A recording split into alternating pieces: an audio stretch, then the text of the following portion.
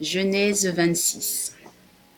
Il y a eu une famine dans le pays, outre la première famine qui eut lieu du temps d'Abraham.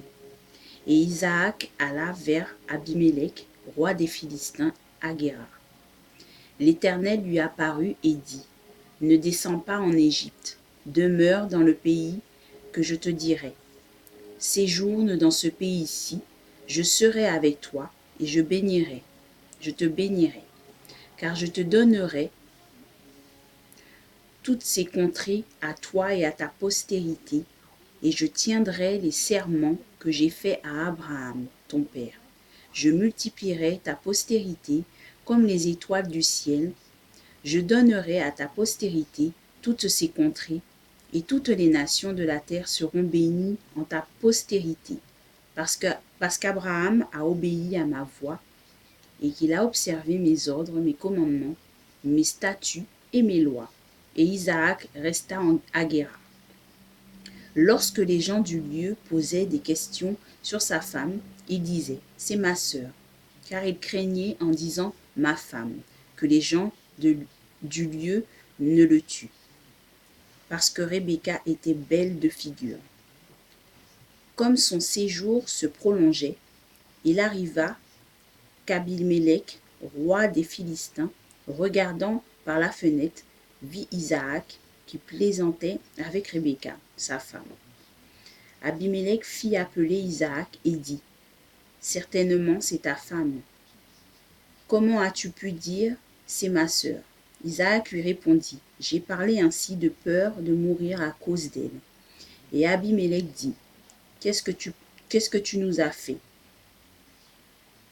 Peu s'en est fallu que quelqu'un du peuple n'ait couché avec ta femme, et tu nous aurais rendus coupables. Alors Abimélec fit cette ordonnance pour tous les peuples : celui qui touchera à cet homme ou à sa femme sera mis à mort. Isaac sema dans ce pays, et il recueillit cette année les centuples, car l'Éternel le bénit. Cet homme devint riche, et il alla s'enrichissant de plus en plus jusqu'à ce qu'il devint fort riche. Il avait des troupeaux de menu bétail et des troupeaux de gros bétail, et un grand nombre de serviteurs. Aussi les Philistins lui portèrent-ils en vie tous les puits qu'avaient creusés les serviteurs de son père, du temps qu'Abraham, son père, les Philistins les comblèrent et les remplirent de poussière. Et Abimélec dit à Isaac : Va-t'en de chez nous, car tu es beaucoup plus puissant que nous. Isaac partit de là et campa dans la vallée de Guérar, où il s'établit. Amen. Je vous invite aussi à prendre Luc 18.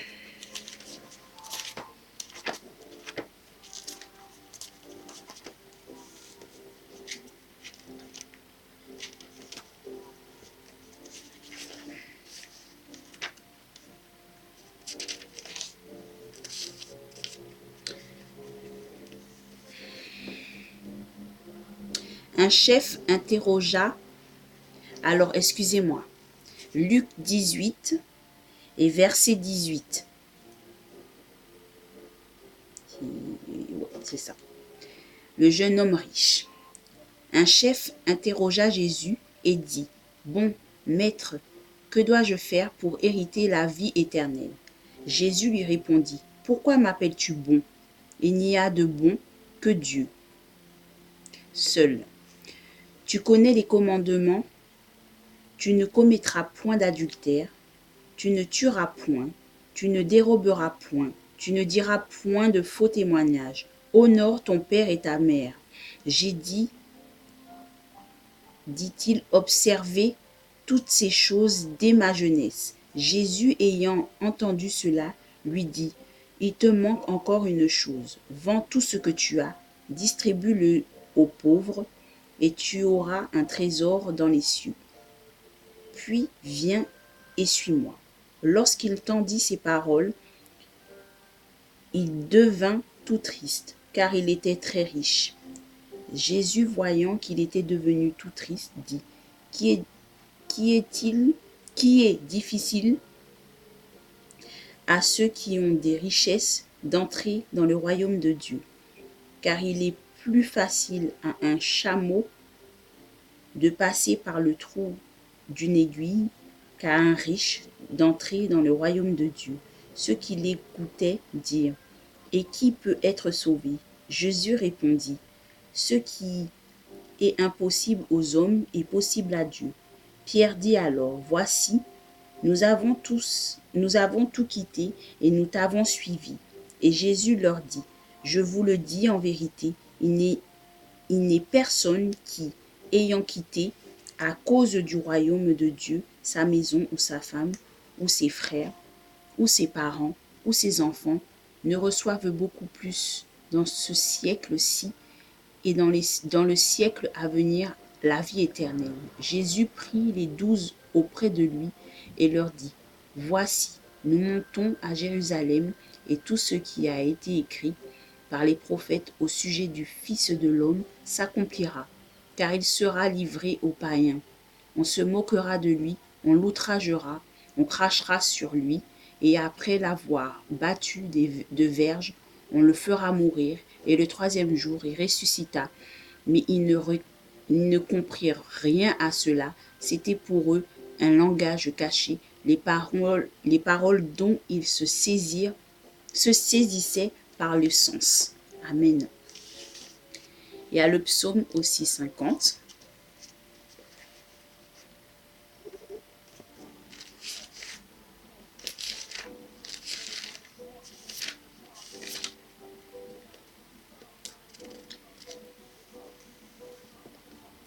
Les sacrifices agréables à Dieu. Dieu, l'Éternel, parle et convoque la terre depuis le soleil levant jusqu'au soleil couchant. De Sion, bonté parfaite, Dieu resplendit. Il vient, notre Dieu, il ne reste pas en silence. Devant lui est un feu dévorant, autour de lui une violente tempête. Il crie vers les cieux, en haut, et vers la terre pour juger son peuple.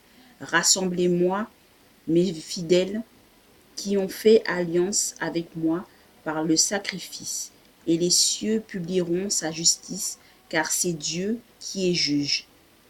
Écoutez, mon peuple, et je parlerai, Israël, et je t'avertirai, je suis Dieu, ton Dieu. Ce n'est pas pour tes sacrifices que je te fais des reproches, tes holocaustes sont constamment devant moi. Je ne prendrai pas un taureau dans ta maison, ni des boucs dans tes bergeries, car tous les animaux des forêts sont à moi. Toutes les bêtes des montagnes par milliers. Je connais tous les oiseaux des montagnes, et tout ce qui meut dans les champs m'appartient. Si j'avais faim, je ne te le dirais pas, car le monde est à moi. Et tout ce qui renferme, est-ce que je mange la chair des taureaux? Est-ce que je bois le sang des boucs?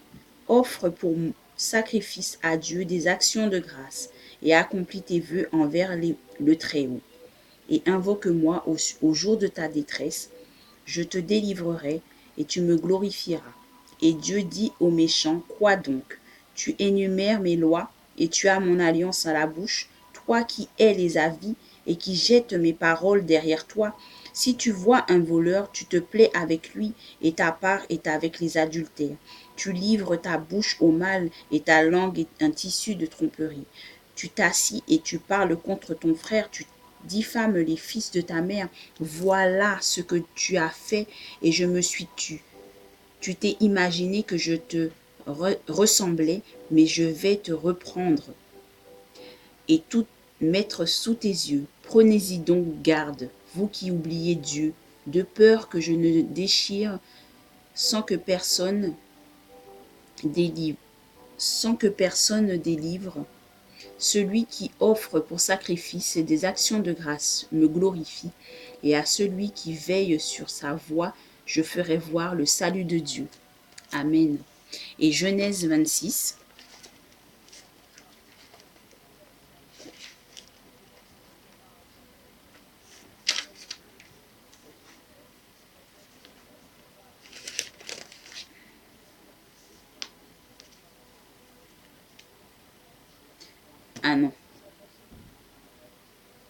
Je l'ai déjà lu. Désolée. C'était Jean 16. Désolée.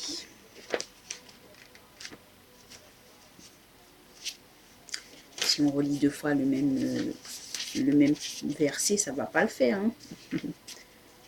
Jean.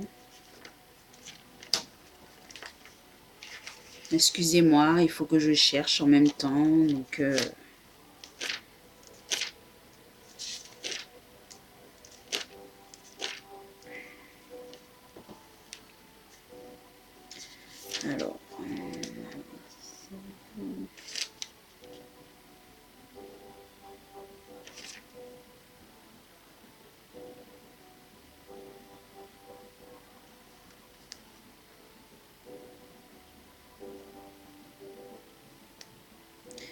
alors, on va le prendre à partir du verset 16. Ouais. Encore un peu de temps et vous ne me verrez plus. Et puis encore un peu de temps et vous me verrez, parce que je vais au Père. Là-dessus, quelqu'un de ses disciples dire entre eux, que signifie ce qu'il nous dit? Encore un peu de temps et vous ne me verrez plus. Et puis encore un peu de temps et vous me verrez. Et parce que je vais au Père, il dit, donc, que signifie ce qu'il dit encore un peu de temps? Nous ne savons de quoi il parle. Jésus, sachant qu'ils voulaient l'interroger, leur dit, vous vous questionnez les uns et les autres sur ce que je dis? Encore un peu de temps et vous ne me verrez plus, et puis encore un peu de temps et vous me verrez. En vérité, je vous le dis, vous pleurerez et vous vous lamenterez, et le monde se réjouira. Vous serez dans la tristesse, mais votre tristesse se changera en joie. La femme, lorsqu'elle enfante, éprouve la tristesse parce que son heure est venue. Mais lorsqu'elle a donné le jour à l'enfant, elle ne se souvient plus de la souffrance, à cause de la joie qu'elle a de ce qu'un homme est né dans le monde. Vous donc aussi, vous êtes maintenant dans la tristesse, mais je vous reverrai, et votre cœur se réjouira, et nul ne vous ravira de joie. En ce jour-là, vous ne m'interrogerez plus sur rien. En vérité, je vous le dis, ce que vous demanderez au Père, il vous le donnera en mon nom. Jusqu'à présent, vous n'avez rien demandé en mon nom. Demandez et vous recevrez, afin que votre joie soit parfaite. Je vous ai dit ces choses en parabole. L'heure vient où je ne vous parlerai plus en parabole, mais où je vous parlerai ouvertement du Père. En ce jour, vous demanderez en mon nom, et je ne vous dis pas que je prierai le Père pour vous, car le Père lui-même vous aime, parce que vous m'avez aimé et que vous avez cru que je suis sorti de Dieu. Je suis sorti du Père et je suis venu dans le monde. Maintenant, je quitte le monde et je vais au Père. Ses disciples lui dirent, voici maintenant, tu parles ouvertement et tu n'emploies aucune parabole. Maintenant, nous savons que tu sais toutes choses et que tu n'as pas besoin que quelqu'un t'interroge. C'est pourquoi nous croyons que tu es sorti de Dieu.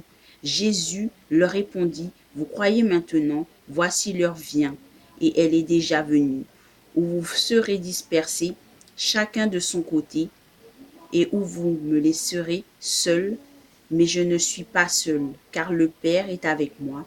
Je vous ai dit ces choses afin que vous ayez la paix en moi. Vous aurez des tribulations dans le monde, mais prenez courage, j'ai vaincu le monde. Amen. Donc voilà, ça revient un peu sur ce que je vous ai parlé dans ma vidéo précédente. Donc tant que vous croyez en lui, vous voyez de quoi il est capable. Hein, c'est écrit dans la Bible, même dans la Bible, on a des preuves Donc croyez quand je vous dis que quand il vous fait des promesses, croyez-y, vous l'aurez. Donc je vous dis à la prochaine. Gros bisous à vous. Mouah.